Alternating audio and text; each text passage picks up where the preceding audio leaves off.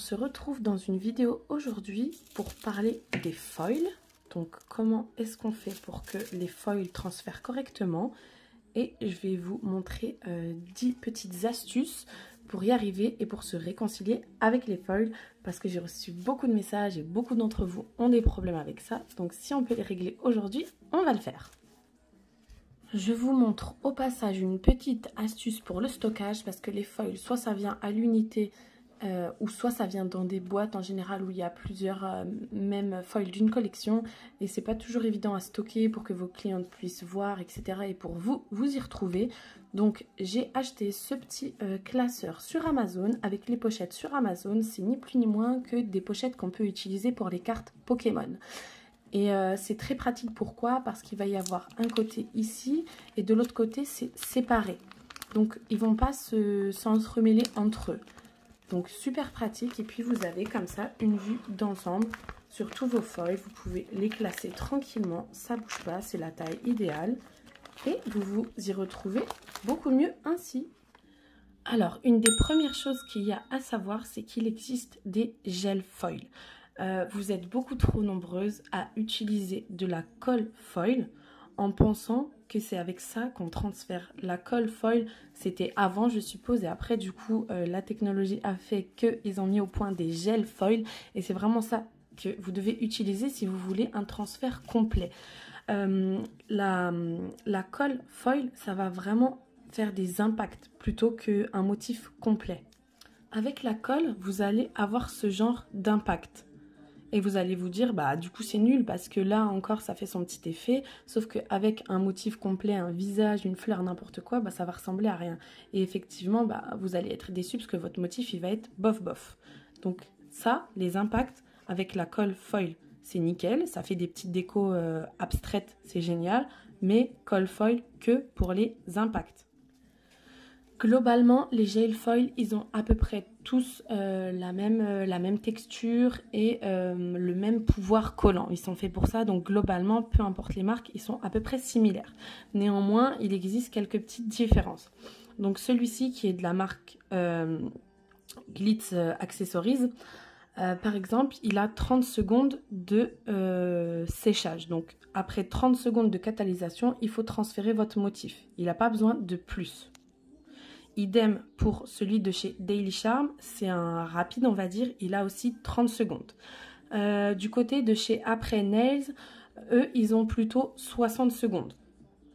Et parfois plus, voilà, il est plus long. Et Born Pretty, donc celui-ci vous le trouvez sur AliExpress, je vous l'avais déjà montré dans d'autres vidéos. Et bien celui-ci, il n'y a pas d'indication donnée, donc c'est à vous de voir. Entre 30 et 60. Au niveau du foil, ça va vraiment être le temps sous la lampe qui va faire que ça colle ou ça colle pas. Vous pouvez avoir un très bon gel et vous le laissez un peu trop ou pas assez et tout de suite ça marche moins bien. Donc il faut vraiment faire attention à votre temps de catalysation. C'est super important de ne pas l'oublier sous la lampe ou de ne pas le mettre assez. Donc ça, c'était pour la première chose. Ensuite, il faut penser à enlever votre couche collante. C'est très important, voire même l'une des choses les plus importantes. Vous n'enlevez pas votre couche collante et c'est une erreur. Il faut bien enlever votre couche collante, donc avec de l'alcool, avec ce que vous utilisez d'habitude pour enlever ces résidus collants. Il faut bien enlever. Et après n'appliquer le gel foil qu'une fois que la surface est bien sèche, bien sûr. Le troisième tips que j'ai à vous donner, je vous dirais de couper vos foils, de voir approximativement la taille dont vous allez avoir besoin et de couper vos morceaux à l'avance. Parce que des fois vous êtes là, vous galérez avec le ruban en entier et du coup il va venir vous embêter et vous allez avoir parfois la surface qui ne se met pas toute plate, va y avoir ça va vous empêcher de travailler correctement. Donc pensez à couper le morceau dont vous avez besoin avant. Pour la quatrième petite astuce, il va s'agir de bien maroufler. Donc vous pouvez utiliser des petits outils comme ça. Ceux-ci, je vous les mets en barre de description. J'en ai eu 5, il me semble, pour un prix dérisoire. Et il y a plusieurs tailles d'embouts, etc. Et ça peut servir pour d'autres choses. Donc voilà, vous pouvez maroufler avec ça. ou sinon avec simplement votre doigt, mais bien maroufler la surface. Et aussi, il faudra penser à prendre votre foil et à passer un petit peu d'alcool avec votre coton et à bien nettoyer. Ça va nous permettre d'être sûr qu'il n'y a rien entre votre foil et votre ongle, qu'il n'y ait pas une poussière, qu'il n'y ait pas des choses qui fassent en sorte que du coup ça ne va pas transférer la totalité. Donc une fois que vous passez votre coton, vous êtes assuré que ça va bien marcher. Vous voyez là il commence à se transférer sur mon coton. Il faut le faire légèrement. Ce que ça nous donne, là on a ma couleur noire en fond. Elle a été catalysée. Ensuite j'ai enlevé mon résidu collant. Ensuite, j'ai appliqué mon gel foil. Donc là, j'ai mis le Daily Charm. Mais peu importe lequel vous utilisiez. Puis, je passe bien mon petit coton imbibé d'alcool sur mon foil. Donc si vous ne savez pas quel côté du foil va adhérer, vous testez dans un petit coin. Parce que des fois, on confond quand c'est comme ça, par exemple, transparent. Donc, vous testez sur un petit côté. Puis, je vais venir tout simplement appliquer mon foil. Je découpe la partie dont j'ai besoin. Je viens l'appliquer. Peu importe, après c'est vous qui décidez où vous voulez que votre motif soit. Et je viens bien lisser le tout. Donc je maroufle avec mon doigt.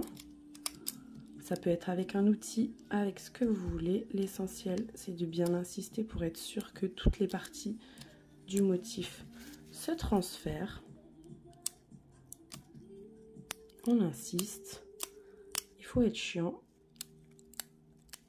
comme ça vous êtes sûr d'avoir un joli motif.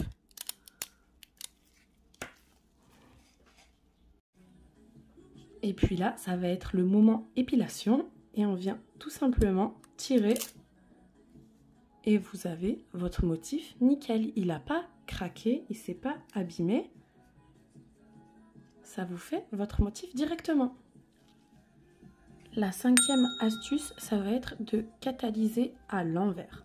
Donc surtout quand vous allez avoir des motifs que vous allez faire comme ça, vous allez prendre en gros votre surface transparente, parce que vous pouvez totalement le faire, votre surface transparente et vous allez coller un foil en entier. N'hésitez pas à catalyser par le dessous. Donc si c'est sur une cliente, vous lui demandez qu'elle retourne la main sous les lampes pour être sûr que ça prenne en dessous, parce que au dessus c'est pas sûr que les rayons puissent passer, donc qu'elle mette bien la main à l'envers. La sixième astuce, quand vous avez un foil comme ça, donc que vous avez transféré dans sa totalité et qui sont comme ça assez gros en fait, avec des motifs entièrement, pas comme tout à l'heure où c'est juste quelques fleurs par-ci par-là, pensez à bien au niveau de votre bord libre de bien venir limer pour être sûr qu'il n'ait pas envie de partir après. Voilà, ça va permettre qu'il soit bien soudé et que vous soyez sûr que ça ne bouge pas ensuite sur votre cliente. Septième astuce, une fois que vous avez transféré votre motif, pour être sûr de sa longévité dans le temps, n'hésitez pas à utiliser une base de semi-permanent. Donc là, c'est une base coat de chez The Gel Bottle. N'hésitez pas à mettre ça avant de mettre votre finition. Ça va nous permettre d'être sûr de protéger le motif un maximum, que ça ne bouge pas dans le temps. Parce que c'est quand même des décorations qui vont être soumises à dure épreuve. Et donc là, ça va permettre de bien rester. Pour la huitième astuce, ça va être de bien mettre votre petit top coat. Donc bien en mettre partout pour bien protéger le motif dans son ensemble. On fait bien attention que ce soit bien réparti sur les côtés, etc. Qu'il y en ait bien partout pour que le motif ne puisse plus bouger.